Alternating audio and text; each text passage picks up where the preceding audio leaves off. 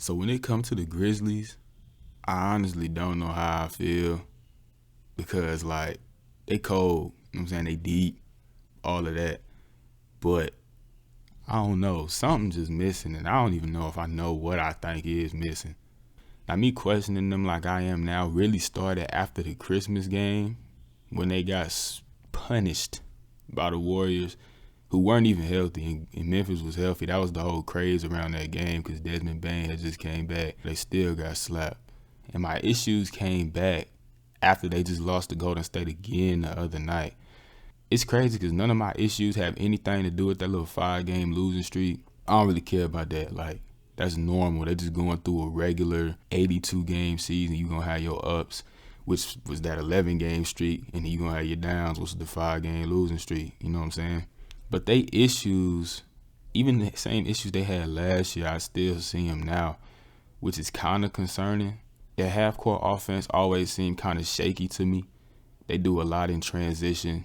They get a lot of stuff going downhill in the half-court, but they can get real stagnant sometimes. And that showed itself throughout their whole playoff run last year. They were just good enough to kind of beat Minnesota, to me, honestly.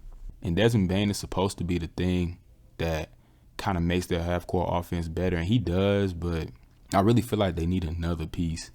Other than that, Jaren Jackson, as good as he has been this year, he's really put it all together. His issues are still his issues. He still fouls a lot, which half the time he can't even play because he's sitting down because he got too many fouls. He's not that good of a rebounder, which is so weird because he's almost bigger than everybody. And Zaire Williams, bro, I ain't gonna lie. Youngin been terrible, bro. Like, it's kind of sad because he's supposed to be like a crucial part of what they do, like one of their main 3-and-D guys, and he ain't been able to make no threes, and he ain't really been playing that good at defense for real. And then you got Dillon Brooks. I ain't gonna lie to you, Dillon Brooks kind of suck. Now defensively, he's fantastic. He's almost irreplaceable, and that's why I kind of think they can't let him go. But offensively, he grossly overused. It's sick how many shots he take like he really one of them. And I'm going to be honest, he ain't. But like I said, you can't get rid of him. Like, it's literally only a handful of people in the league that I would ditch Dillon Brooks for. And one of them is probably like OG Anunoby. But I ain't really been paying attention to what people been saying about the Grizzlies for the past week or two. But something that I done peeped is that clearly the absence of Steven Adams is having an effect. They lost 5 straight. They snapped that the other night. I think it might have been last night. I don't even know. They snapped it. They had to come back for it. But 3 out of those 5 losses out of that streak came without Steven Adams. And it's interesting because when Steven Adams originally went out the lineup, the whole thing was, all right, let's see how they look without Steven Adams. Because really soon in the future, they might not have him at all. He might be gone. And they've been struggling. Obviously, he's one of the best rebounders in the league.